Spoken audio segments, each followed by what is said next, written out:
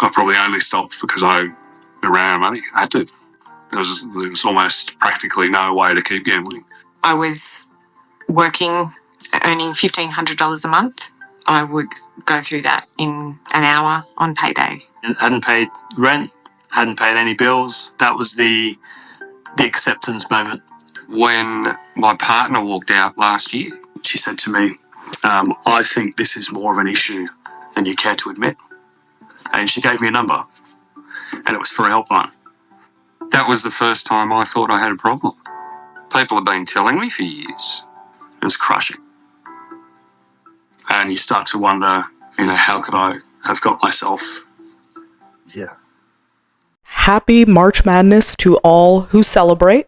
This is a big time in American sports, and although I'm not a big basketball fan, there's just something about filling out a bracket that does it for me every time. There was one year where I correctly picked the two teams that would be in the Final Four and then picked the correct winner, and it was just, there was no feeling like it. But I'm doing this video now for a reason. Part of that is because March is Problem Gambling Awareness Month, so I want to do my part to spread awareness and give resources for people that might need it. And the second is because it coincides with March Madness, which is basically a 3-week-long gambling event. And with the rise of sports betting and just access to online betting in general, we are going to see more and more people suffering from gambling disorder. Now, this video is part of a series that I do about stigmatized mental health disorders. The first that I did was on schizophrenia, and now the second on gambling.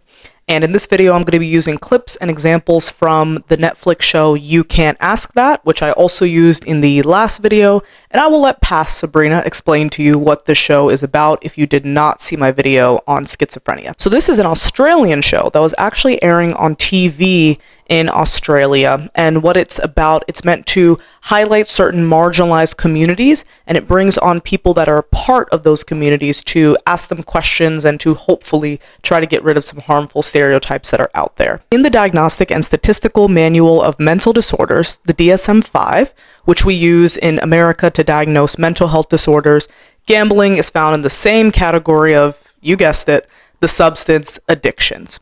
However, gambling is what's known as a behavioral addiction. So you're not addicted to a substance, but a behavior. And so there's a couple other behavioral addictions. So this would include things like, of course, gambling, but things like internet use, shopping, and then some kind of compulsive sexual behavior. So that could be pornography addiction, it could be sex addiction, it could be addiction to online sexual sites like OnlyFans, and so on and so forth. And so currently, gambling is the only behavioral addiction that we find in the DSM. Now, it does share some symptoms with other substance addictions, but there are some symptoms that are just vastly different. And we'll get to that in a moment, but first I want to talk about why it is so incredibly hard to have any kind of empathy for people who have gambling disorder or addictions in general. Now, with addictions, the biggest issue that people often mention is that of choice when it comes to this diagnosis. A person doesn't choose to be depressed. Their brain does for them, unfortunately. A person doesn't choose to have PTSD or anxiety or a lot of these other mental health conditions, but a person does choose to lift that bottle to their lips and take a drink, inject heroin into their veins, and go to that casino and gamble. Now, the aspect of choice does change over time, but if a person with addiction does not physically continue to do these actions, then they would not meet an active diagnosis for an addiction. They would be in remission. So addiction is unique in that it involves choice. Or is it really that unique? Another very commonly known diagnosis in the DSM that involves choice is eating disorders. A person has to actively choose to stop themselves from eating or restrict themselves from eating, or the opposite, to continue to eat. They have to choose to make themselves throw up, take the laxatives, etc., to continue to have an active diagnosis. Otherwise, they too would be in remission. So if this is another disorder that has the aspect of choice, why is there so much empathy and gentleness towards a person suffering from an eating disorder that we don't see for people in addiction? Although it is emotionally impactful and hurts to see somebody that you know wither away because of their eating disorder, or speak so negatively about their bodies, or suffer from really, really intense and horrible physical conditions because of these eating disorders, their actions don't technically impact you in a physical way. Now, let me explain before you get mad at me. With an addiction, the focus is getting the drug or engaging this behavior at all costs, right? That's all your thoughts are about. So likely a person with an addiction will steal money from you to fund their habit. If they're living with you, they could put you in physical danger by inviting drug dealers to come over to the home or other people who also have some kind of addiction to a drug or alcohol to come to the home. They likely aren't really taking the best care of their children if they're parents, and so now that becomes your responsibility.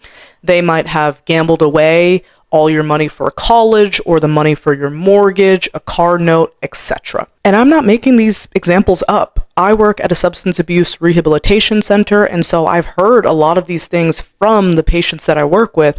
And also when I was a teenager, pretty young teenager, 13 or 14, I would binge watch this show called Intervention, which is now on Netflix, by the way, and so I might do a video on that later, in which they document people in a pretty raw and real way their experiences with having some kind of addiction. So that's why I mentioned earlier that these actions can physically impact you more, and as a result, lead to more bitterness and anger towards somebody who does have some kind of addiction. And don't get me wrong, other diagnoses can physically impact you too.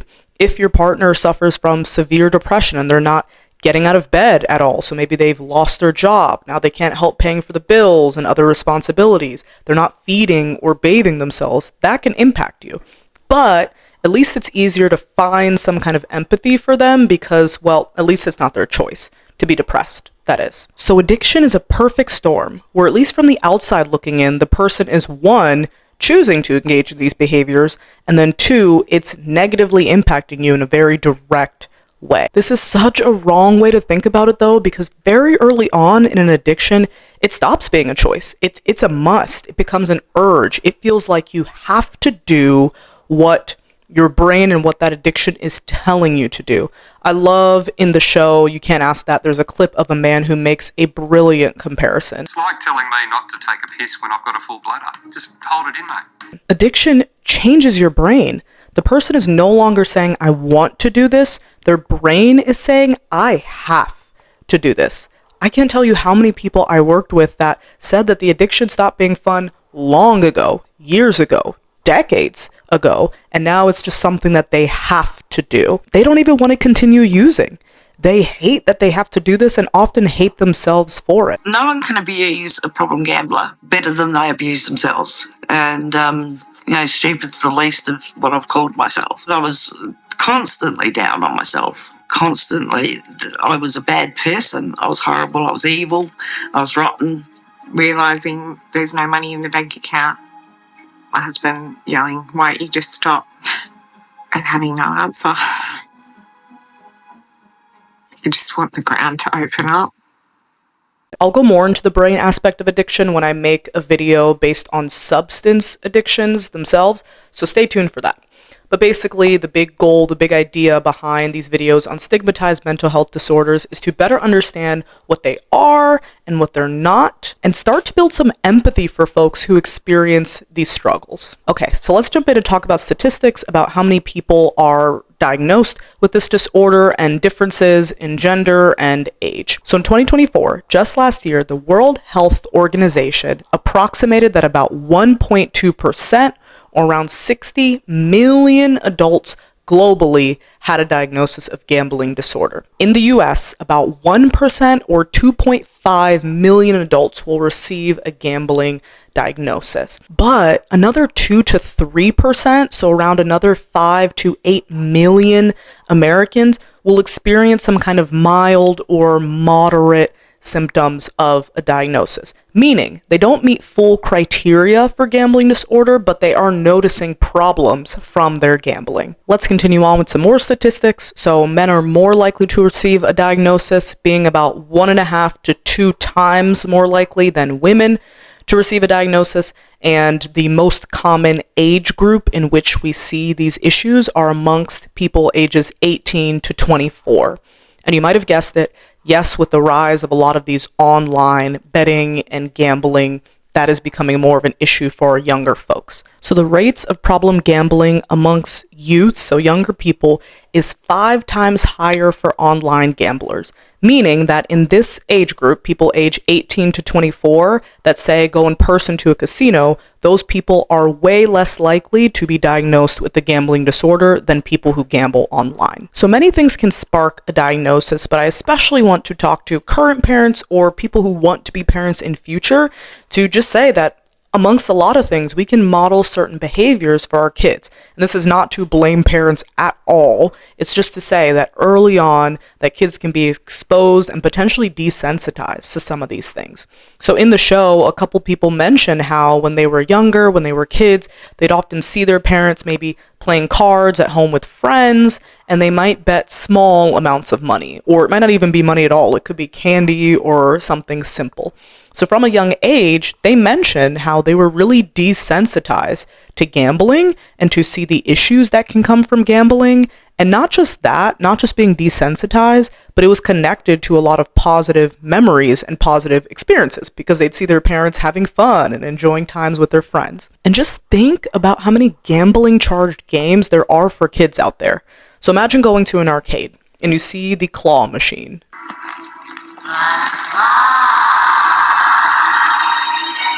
Right? You put in an amount with the aim of getting a toy, and when you inevitably fail at that aim because the game is rigged and the house always wins, you put in more money to try to get that toy again. That is gambling. I mean, all of us, at least all of us Americans, I could say, have likely done some form of gambling starting as young as being a child in that sense. I mean, the idea that I could win a lot by giving a little, how incredibly enticing. But most of us, over time, we learn how to kind of put brakes on that behavior and stop it before it becomes problematic. But of course, some people don't. And that's who we're going to be talking about today. And so let's get into the symptoms that would go into a diagnosis of gambling disorder. So in the DSM, there are 9 symptoms for a gambling disorder, and you need to meet at least 4 of those in the past 12 months, so the past year. The first symptom is needing to gamble with increasing amounts of money to get the same level of excitement, the same desired excitement. Think about what this means for a second. This is talking about tolerance, right? When we think about for alcohol and other drugs, if you continue to drink it at the same levels in terms of alcohol or use drugs at the same level, you'll find that over time you get acclimated to it and you need to increase to get the same desired high or the same effect of drunkenness. You know, you might think back and maybe in college you only needed 1 shot of Burnett's, but now it takes you 3. And hopefully it's 3 of better alcohol than Burnett's. So it's the same for gambling, especially as the payout is directly related to how much you actually bet. So maybe when you bet $10 and you win 50, over time, that's just not going to be enough. You're going to have to bet more, or it feels like you have to. Yeah, the $20 went to $100 and then that went to $1,000. Symptom 2 is being restless or irritable when you attempt to stop or cut down on gambling. This alone should convince people that gambling is not just about willpower and this person having horrible willpower. An actual withdrawal symptom from drugs and alcohol is irritability, and that's from the impacts of a substance leaving your body. In gambling, there is no foreign substance being entered into your body. So this shows how on a cellular level, the experiences of gambling is so closely tied to that of taking some kind of substance. Makes sense why you find them in the same place in the DSM. Okay, the third symptom is repeated and unsuccessful attempts to cut down, completely stop, or control gambling. AKA, the person continues to relapse. This is a symptom of substance addiction as well, and goes to show that although frustrating, relapsing is a part of addiction. And actually, relapsing is a part of any chronic condition, period. For those of you who have asthma, over time, with proper treatment, you've probably noticed that it might have gotten better, right? That you're not having as much symptoms maybe as you used to. But say you move to a place where the pollen count is a lot higher and or the air is just very dry, you might start having some recurrence of these asthma symptoms, coughing fits, whatever that might be. Simply defined, a relapse is suffering deterioration after a period of improvement. So with that definition, that does not exclusively relate to addiction, although we as people almost always use it exclusively in this sense. The fourth symptom is being preoccupied with gambling, meaning it takes over your thoughts. And that's not just thinking about going to gamble, but it's reliving the past wins that you had, thinking about the next time that you're going to go out, and maybe if you've really been struggling to win at a certain game, how you can better strategize to make sure that you win at this game. It could be thinking about how you're going to get the money to go and gamble, etc. The fifth one is a big one, and this is gambling when we feel distressed. And so this is our brain's, or this is for folks who suffer from gambling disorder, this is the brain's misguided attempt at trying to cope with something. Whenever something bad, really difficult happens, we all try to cope in some way. Maybe we pray, we overeat, we call a friend, we have a glass of wine, and for some, gamble. I talked about this in the video that I did on Love is Blind and the psychology of attraction, but when we are in a highly emotional state, the logical part of our brain slowly begins to shut down. And so the gambler, logically in that moment, can know that they are losing a large sum of money and that they should stop. But it's going to be almost impossible with all those highly intense emotions for that logical part to win out in the end. So if we only rely on the, oh, well, when I have won a little bit, then I'll just stop, we're screwed. We likely won't stop, because in those moments when you do win, imagine all that euphoria and all those emotions that it's going to release, which again, like we said, the more intense emotions shut down that logical part. So no, if you are on a hot streak, you're not going to stop in that moment. The sixth symptom is that after losing money gambling, the person will often return on another day to try to get that money back. So basically chasing your losses, as one might call it. When I gambled that money we had saved for the house, the plan was to just spend 1,000. That turned into 5,000. That turned into 15,000. That turned into 30,000. Trying to get back the 1,000.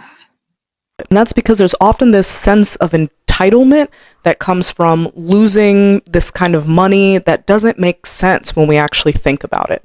So I recently talked with a clinician who does a lot of work with folks who have problem gambling behaviors, and she gave a great example that I loved.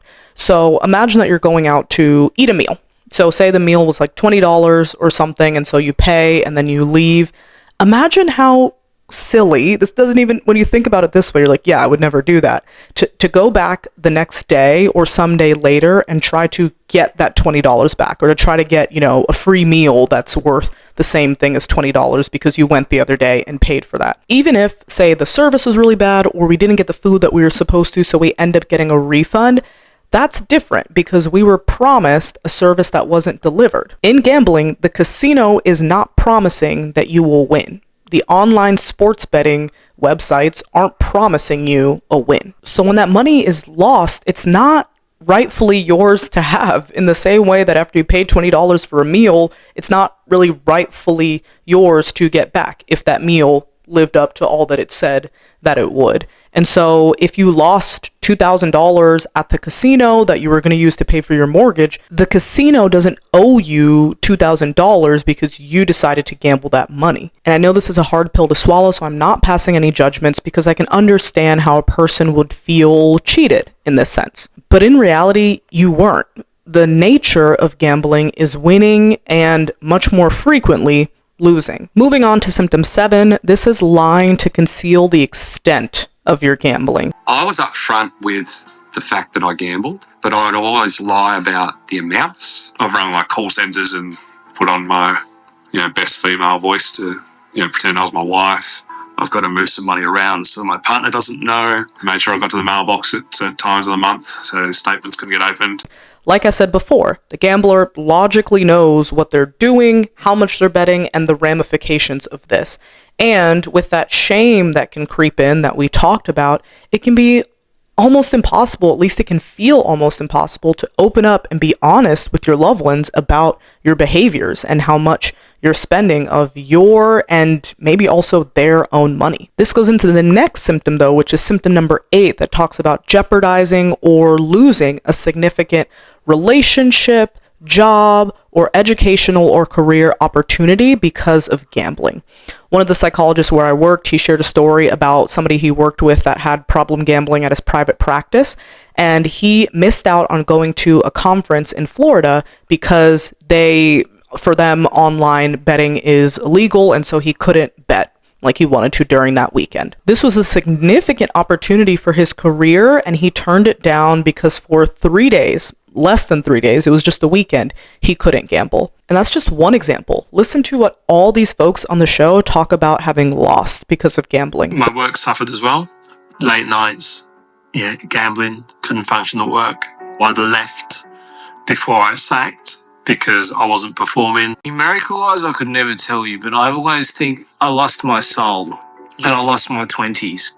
I lost a good 10 years of my life. My whole adulthood from 18 to 32. I've lost my children. I've lost my family. I lost a relationship. Those are the things that really matter, that you can never get back. I lost trust from my husband. What did I lose? I lost myself. The final symptom is relying on others to provide money to relieve some kind of desperate financial situation that you got in because of gambling. So even one of the actual symptoms that you would need to get a diagnosis is based on these negative consequences, these negative things that can directly impact you, like I talked about earlier. If after going through all those symptoms you thought, uh-oh, I might have a problem, don't worry. I'm about to tell you some things that you can do to help. And if after going through those, you don't feel like you meet a diagnosis, but you are realizing that maybe gambling is causing some problems in your life, again, so it might be subclinical, you're noticing mild or moderate symptoms, I've got you too. One thing you can do is what's known as self-exclusion. They talk about this on the show, but this is basically like blacklisting yourself from in-person gambling venues like casinos, but they also have this for online betting venues as well. So self-exclusion programs are available across many different countries, so all across countries in Europe, the UK, in Canada, and so if you're interested in this, you can just Google your specific country to see what is available. And this can really vary widely, as for people who live in the US and even outside the US may know that a lot of things really vary state to state in our country, that this can vary widely as well too. So the self-exclusion program in the state where I live, what you do is that you have to go in person to the casino, fill out some kind of paperwork, and then you're placed on their list for 2 years. So for 2 years, no matter what you do, you can't tell them, hey, I want to undo this. So you're blacklisted for those 2 years. But even after those 2 years is up, you aren't automatically taken off the list. You have to go back in person and let them know, hey, I want to be taken off the list. If not, they'll keep you on it. So you're just eligible after 2 years. So this is a great resource to limit access, which can greatly help in being more successful at stopping gambling. And then, of course, I'm going to recommend therapy. I'm a psychologist. I have to. But this is a mental health disorder. Remember that. So working with a mental health professional is invaluable, and specifically working in therapy around your thoughts. Our thoughts guide our actions. So I can physically restrict myself all I want, but if I'm not working on changing my obsessive thinking, I'm going to relapse. And like I said before, addiction starts from a brain level, and at points our wires get crossed in our brain, so we have to rewrite them from time to time. Other things to keep in mind is that the house truly does always win in the long run, and so expect to lose while gambling. Don't go into it actually thinking that you're going to win. Just look at it as a form of entertainment, and if anything comes from it, great. But if it's looked at as a source of income or coping, that's where addiction can start to develop. Another tip for trying to just minimize the damages that can come from gambling is making sure you understand the games that you are gambling on, right? So if you don't know how to play blackjack or poker, don't play it, and or learn if you want to really engage in it for some kind of entertainment. For myself, I dabbled in sports betting a little bit this past year, and what I would do is I really mostly just follow football, and so on the sites that I used, I wasn't betting on really any other sport. Like, I don't watch the NBA, so I have no clue who's going to shoot what or get however many assists and whatever else, so I wasn't betting on those games. I was just betting on something where I had a little bit more knowledge as to what could make sense. And it was also more entertaining for me that way. Also, make sure to ask yourself this question before you do gamble. How much can you afford to lose? A lot of people go into gambling thinking about how much you want to spend, and then you often go past that. But again, if you go into it with the mindset that you're already going to lose, thinking about, well, how much can I actually afford to lose? That can create a good cushion where you don't go past that, because now your mind is already in the space of, oh gosh, I actually can't afford to lose $200 or $1,000, and so I'm not going to bet past that. If you're looking for help and don't know where to start, please check out the National Council on Problem Gambling, ncpgambling.org, for more information. I don't see it as a whole. I see it as I'm sick. You got to remember, I'm not a bad person trying to do good. I'm a sick person trying to get well.